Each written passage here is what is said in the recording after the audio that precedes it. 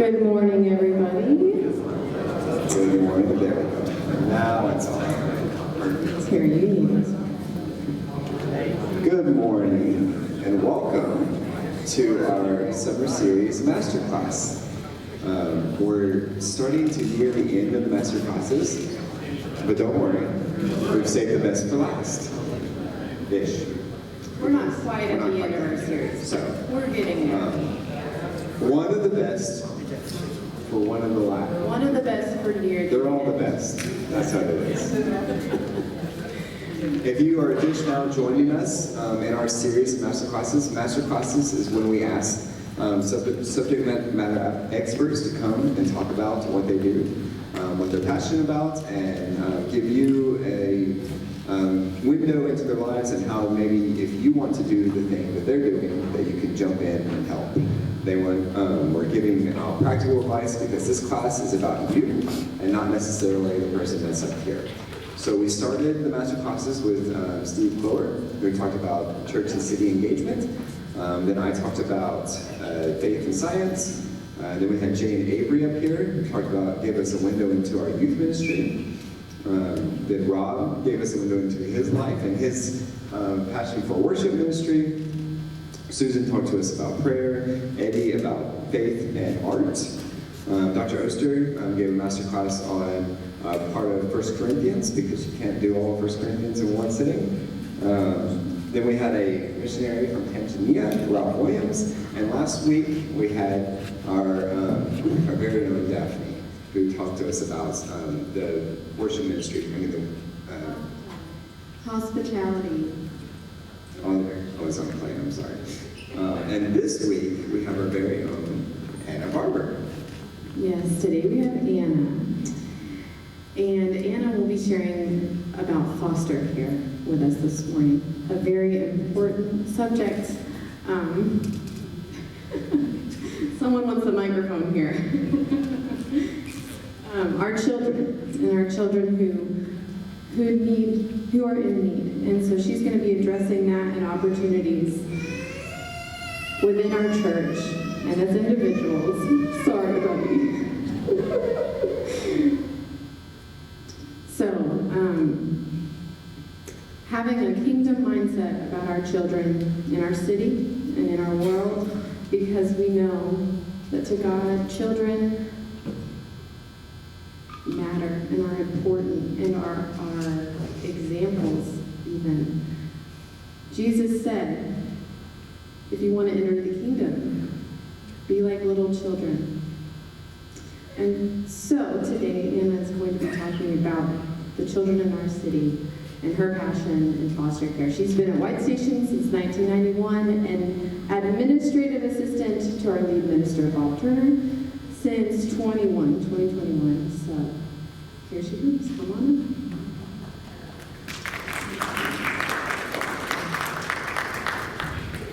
Really spread out. I'm going to have to oscillate to be able to look at all of you.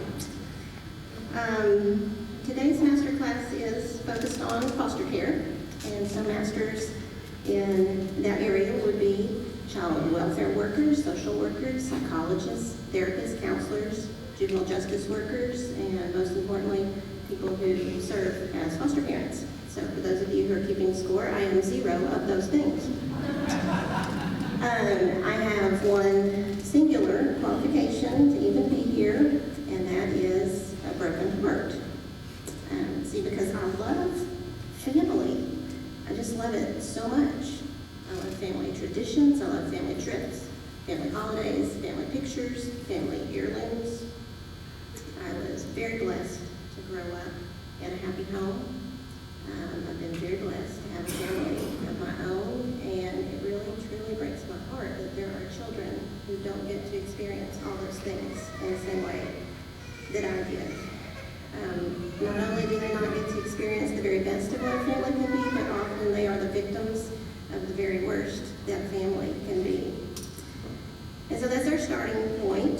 Foster care ministry is probably not quite as narrow of a lane or limited to quite as few people as you might have thought it to be. So I'm here as your example of that.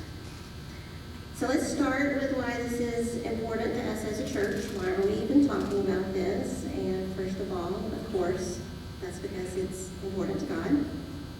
I know that most all of you probably know or are aware of what Scripture says about this, but it did me good to review it all recently. So, as early as Exodus, God starts establishing his protective nature toward the fatherless. In Exodus 22:22, he says, "Do not take advantage of the widow or the fatherless." Deuteronomy 10:18, speaking of God, says, "He defends the cause of the fatherless and the widow, and loves the foreigner residing among you and giving them food and clothing." So God cares so much for those who are facing all the disadvantages. Deuteronomy is actually just filled with instructions on how to care for the fatherless. Include them in your festivals. Leave the extra sheaves of grain. When you beat the olive tree, leave the extra ones on the ground. Leave the extra grapes. Don't withhold justice from them in any way. Throughout Deuteronomy, really how a person responds to the fatherless is more or less a measure of their character. If you're a good person, you'll take care of the fatherless, and a bad person will not. Isaiah 1:17 says, "Learn to do right, seek justice, defend the oppressed, take up the cause of the fatherless, plead the case of the widow." And then we come to James 1:27. So I've chosen today as the day that I will confess publicly that for a lot of my life, this verse just made me mad. If God's going to define pure religion, something that we all want to achieve, why did he choose something so specific and so not in my wheelhouse? Why couldn't he have just defined pure religion by something that I'm really good at, so I can feel good about things? Why could he have not said pure religion is throwing a really lovely wedding shower? Or pure religion is knowing all the words to the church songs? But he did not. He said, is to look after the orphan. And so I struggled with that for a very long time because that seemed very daunting and very unapproachable to hang all of religion on. And I didn't see how I could do it. And that made me a little bit mad. So I've taken a very long route, but I have come to a better understanding of what it means to look after the fatherless, especially what it means to look after the fatherless in Shelby County. And so it's my hope today that through this class I can give you a shortcut. So part of the suggested format for this class is that each class will end with some practical things that anyone in the audience can do if they're interested in becoming more involved in whatever topic we're discussing, but I'm going to do it a little differently. I'm going to share a lot of information on this topic about the different pieces of the foster care puzzle, and as we move through the information, I'll offer you ways to get involved based on whatever bit of information just breaks your heart the most. So if you're planning to just tune at the end to find out what to do, you can't do that. You gotta listen the whole time. So within foster care ministry, we often just say what you know, you can't unknow. And so it's in the knowing of the details of the realities that you get driven toward ministering. So I'm going to share some of the things that I would like for you to know. So I asked the question earlier, what is this important to us as a church? And of course we established that's because it's important to God, but there's another reason that it's very important to us at White Station Church of Christ. And that's because we live in the city with the highest concentration of children in foster care in the state of Tennessee. So you have to add Nashville and Knoxville together. We still have more than that if you add Nashville and Knoxville together. So right now the number is 1,148 children in foster care just in Memphis. That's 641 boys, 507 girls. 52 of those just came into custody last month. There's a report that I get to see every month that's put out by the Department of Children's Services, and I want to share parts of that with you. I'm not going to interpret the information on the report, mostly because I don't know how or really draw any conclusions from it. I just want you to look at it. I just want you to see it. The particulars will mean different things to different ones of you, but this is the kind of information that we're talking about when we say once you know, you can't unknow. I don't know if you'll really be able to see this. I clipped parts of the report. But again, this is not for me to interpret or say anything about. I just want you to be able to see that this is the makeup of the kids, of that 1,148 so children who are in state custody right now. That's their race.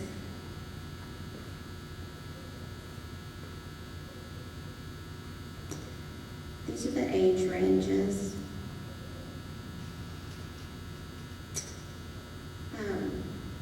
It's the 14 to 17-year-old range that really gets to me. It's when you should be getting a driver's license. You should just be going to football games. But for these kids, their whole world is upside down. They have court dates to attend. They probably had to change schools based on where they got placed in foster care. It's harder. These are the removal areas. These are where the kids have been taken from. You can see they're grouped in large groups of zip codes. Every time I look at this, all I can think is, well, none of those groupings says 0. So somewhere fairly near to me, somewhere fairly near to you, there's a family in crisis, and their children are being removed.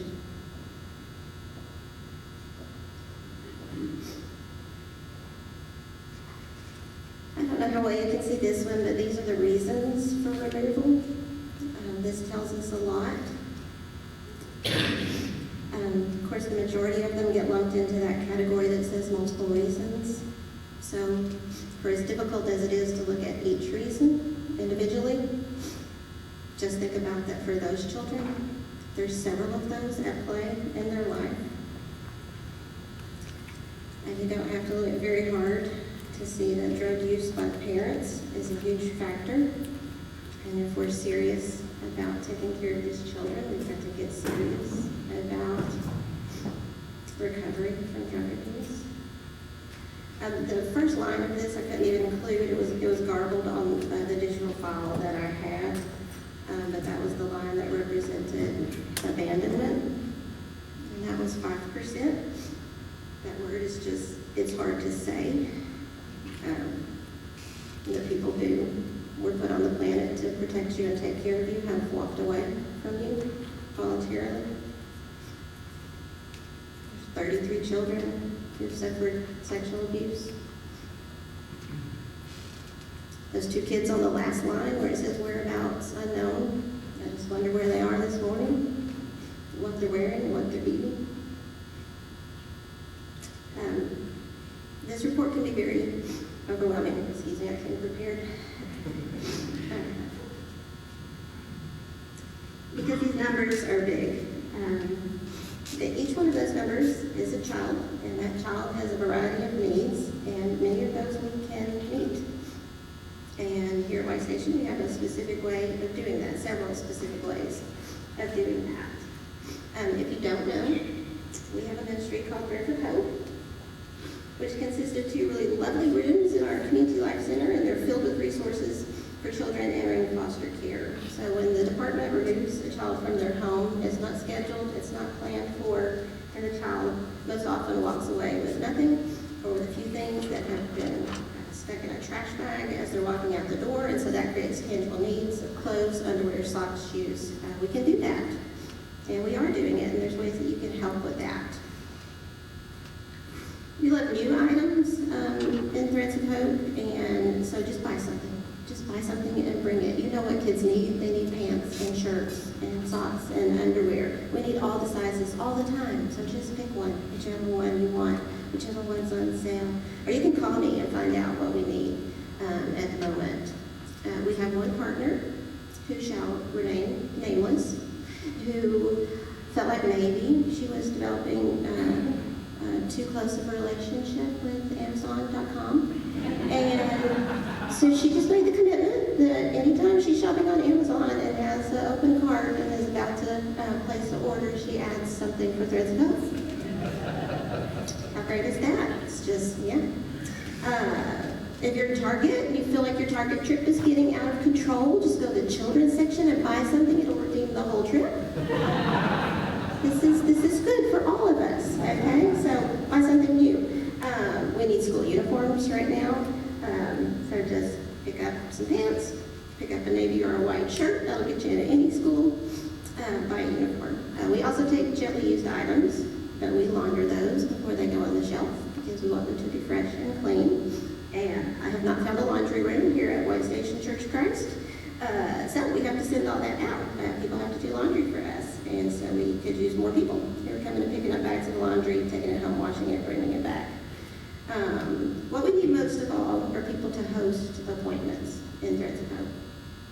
We prepare some packages that are just picked up, but we like it best when the people come here and come into the room with us and we get to spend a little time with them.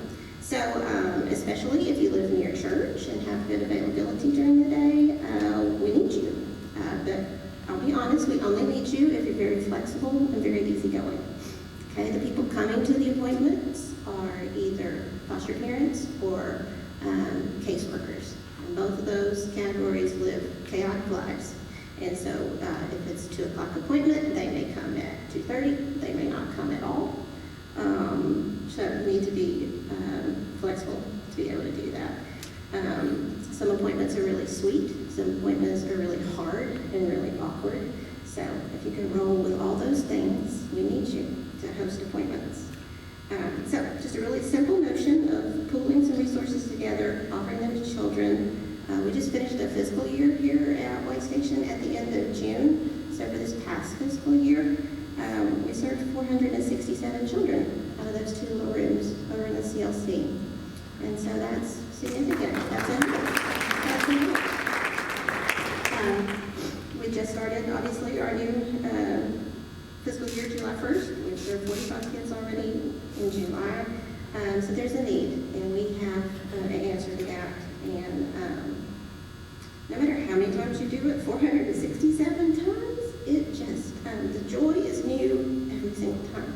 It never gets old to be able to share this with children and to see the happiness on their face, to see the happiness on the face of the foster parents, to see the caseworker get relief, to have to get the check one thing off their list. It's just a joy. So I've mentioned removal day and how a child often leaves with nothing, and then the next step that comes after that in Shelby County, at least, is that they spend many hours and days in the DCS office waiting for a placement. And that's where that adorable little white house right next door to us comes into the picture. That's an Isaiah 117 house. I feel like most of you know the mission of Isaiah 117 house, but if you don't, here's a quick review. This offers a home setting for a child to come to on removal day instead of the DCS office.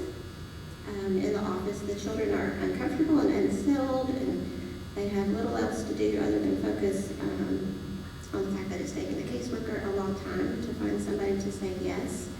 And they're hungry, and they get vending machine snacks.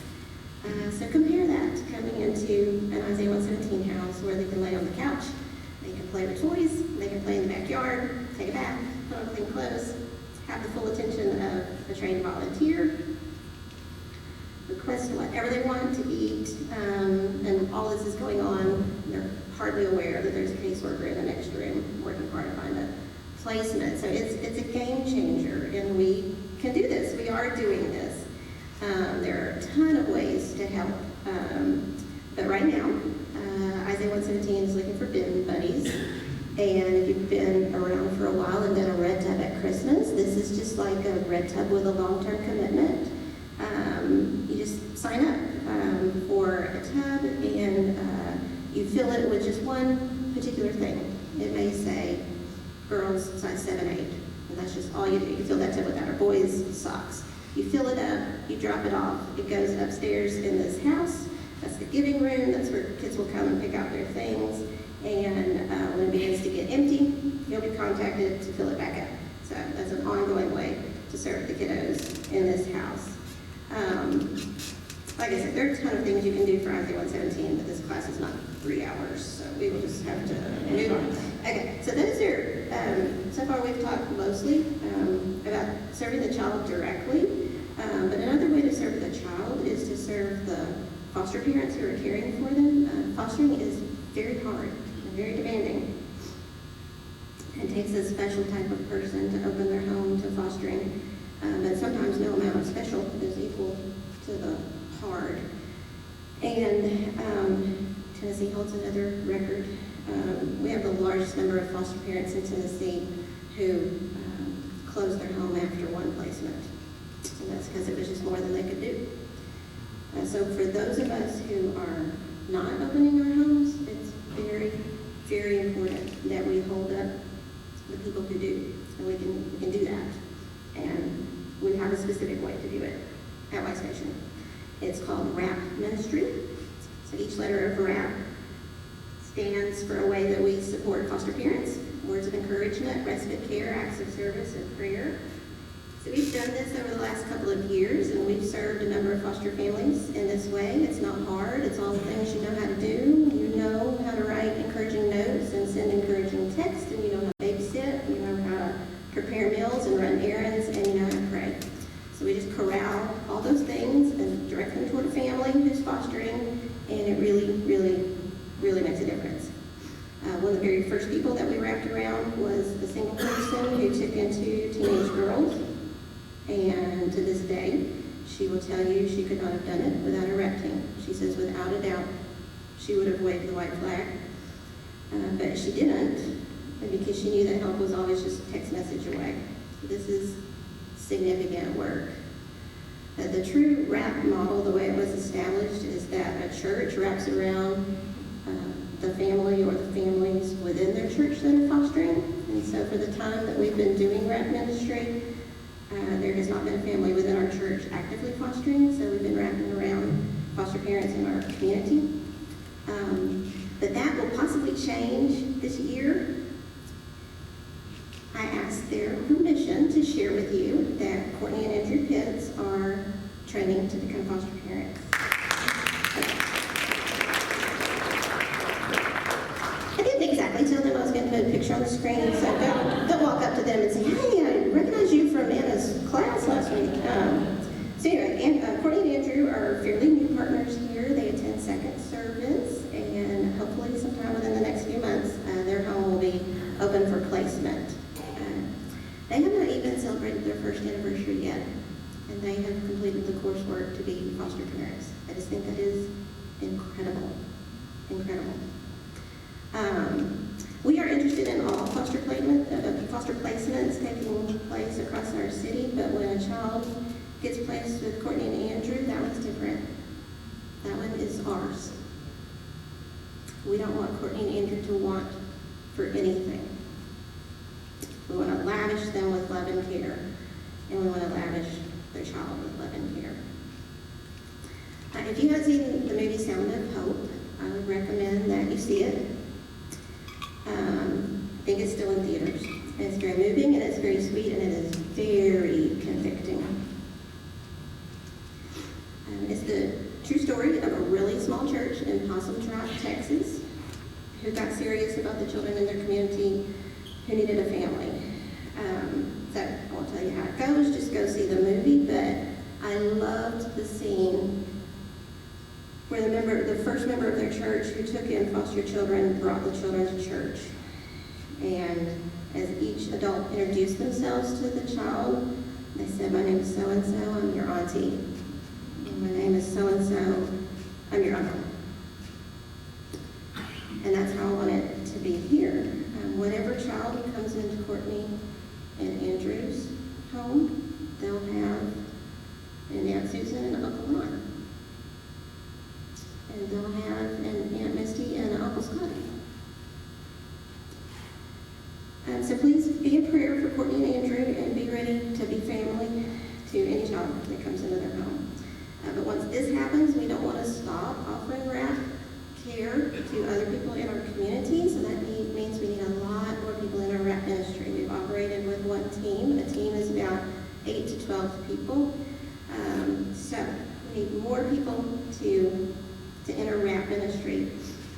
we can serve our own and we can serve the community. There's another set of facts that are really hard to know, and those facts are related to the outcomes for children who age out of the system.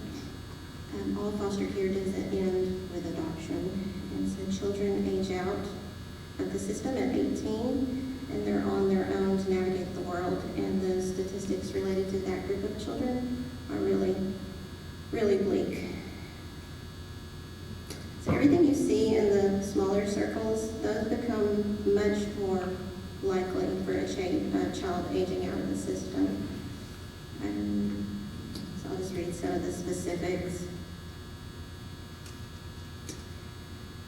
Adolescents who have been in foster care are nearly 4 times as likely to attempt suicide.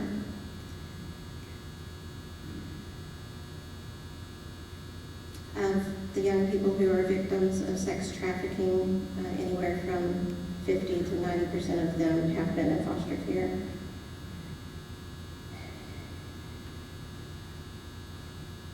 Less than half will graduate high school. A third of children coming out of foster care ultimately will have household incomes below the poverty line. Half will become homeless within a year of aging out. By the age of 23, about half of all the male foster youth will have spent time behind bars. And girls coming out of foster care aging out are 3 times as likely as the national average to become pregnant before they're 19. Again, we can do something about this. There are things we can do. Even if you're not a child's forever family, there are ways that you can help them find their forever family. So we as a church are in close partnership with an amazing organization called Tennessee Kids Belong. They do great work advocating for children who are stuck in the system. That means parental rights have been terminated. The home they're in is not an adoptive home. There is no other option. The main way they do this is they create beautiful videos of each child waiting for a family. And there are ways you can help with that. 2 or 3 times a year, they do big video shoots in Memphis, and they bring the kiddos in, and they make a video focused on them. You can volunteer at those events, you can prepare gift bags and things that are needed for those events, but mostly you can just share, you can advocate for these kids yourselves. You can share their videos. You'll be happy to know that their last video shoot took place here on our campus. It was in our Community Life Center. It was actually their biggest one so far. There were 32 children who had videos created that day. So those kids played in our gym, and they had lunch in the station, and they went to Threads of Hope, and it was a really awesome day. But it was a really hard day, because you spend the day looking into these sweet faces, and you know that they are barreling toward these statistics. But this is a real and a tangible way that you can get involved. It's always so exciting when we get an email that says one of the kids who's had a video has been matched with a family. So having one of these videos made drastically increases the chances that a child will find their forever family. So go to this website, click on Meet the Kids, and allow some time for recovery after that. Don't plan anything right after that, because you'll need some time.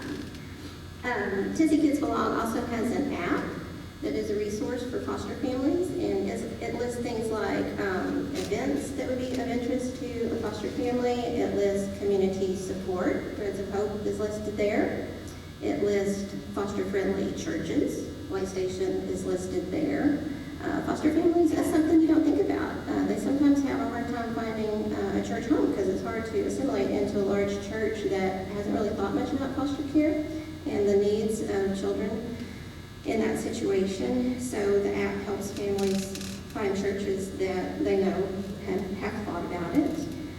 There's another thing on the app that some of you might be able to help with. There's also a section for discounts for foster families, and that section of the app has never been as big as Katie, my friend at Tennessee Kids Belong, wants it to be.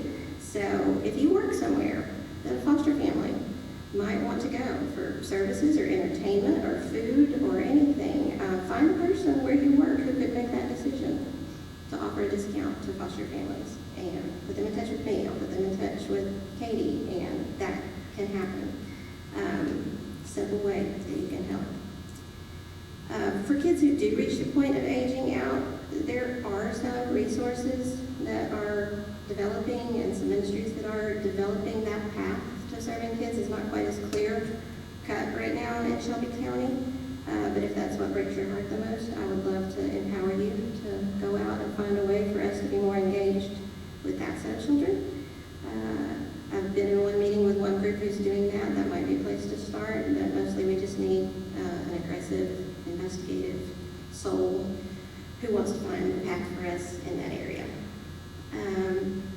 I am part of a collaborative of faith leaders all over the city of Memphis who have a special interest in serving children in foster care. It's called MyFam, super cute name. Stands for Memphis Interfaith Foster and Adoption Ministries, and we meet once a month.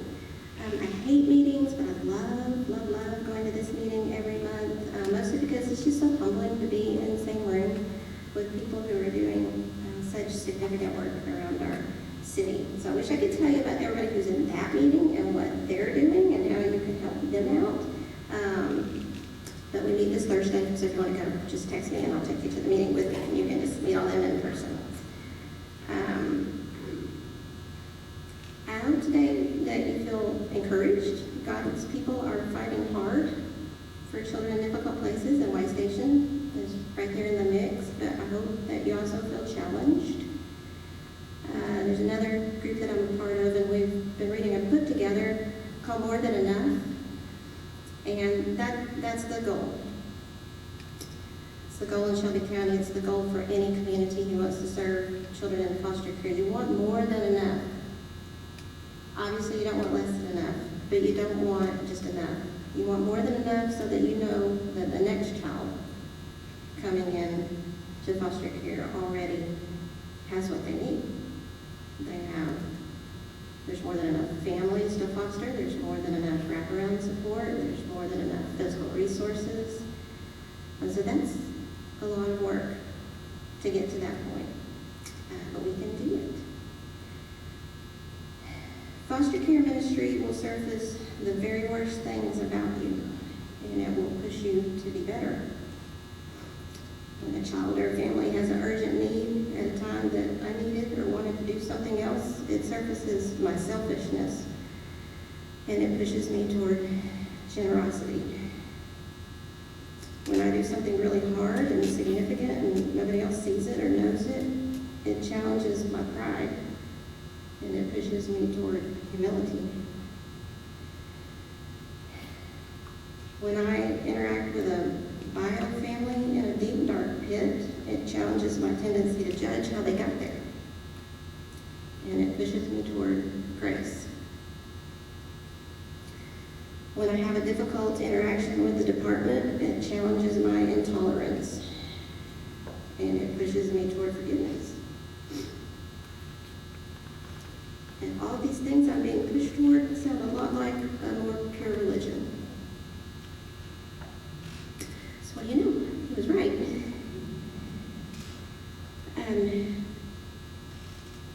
So the real takeaway from today is don't be like me. Don't be mad at God about James 1:27. There are ways to look after the fatherless, and we can do it.